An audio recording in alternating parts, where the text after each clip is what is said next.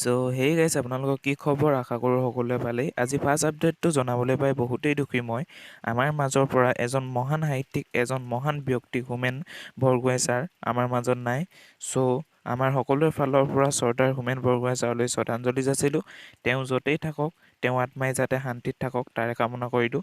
ডিম্পু বৰুৱাও ভিডিঅ'ত সাহিত্যিকগৰাকীলৈ কি ক'লে এটা সৰুকৈ ভিডিঅ' ক্লিপ দেখাই লৈছোঁ নমস্কাৰ মই এই সৰু ভিডিঅ'টোৰ জৰিয়তে শ্ৰদ্ধাৰ হোমেন বৰগোহাঁই ছাৰলৈকে মোৰ শ্ৰদ্ধাঞ্জলি যাচিলোঁ তেখেতৰ বিদেশী আত্মা য'তেই থাকে যাতে ভালে কুশলে মানে বহুত বেছি আপোন আছিল বহুতেই বেছি আপোন আছিল তেখেতে মোক কিতাপ পঢ়া শিকাইছে বাহিৰা কিতাপ কাৰণ মই ইমান বাহিৰা কিতাপ নপঢ়োঁ বা মই ইমান পঢ়া শুনা ল'ৰা নহয় কিন্তু তেখেতৰ কিতাপ পঢ়ি এনেকুৱা এটা ইণ্টাৰেষ্টিং লাগে ন সেই মানুহ এজনক যে এনেকুৱাকৈ হঠাৎ ৰাতিপুৱা খবৰ পাম বিশ্বাস হোৱা নাই মানে বেলেগ কিতাপ পঢ়িলে আপুনি একদম ফাৰ্ষ্টৰ পৰা লাষ্টলৈকে পঢ়িলেহে কিবা এটা ইণ্টাৰেষ্টিং পায় কিন্তু তেখেতৰ কিতাপ এনেকুৱা যে আপুনি যদি মাজৰ এটা পেজো পঢ়ে সেই পেজটো পঢ়িও কিবা বেলেগ লাগি যায় সেই পেজটো পঢ়িও কিবা বুজি পোৱা যায় এনেকুৱা মানে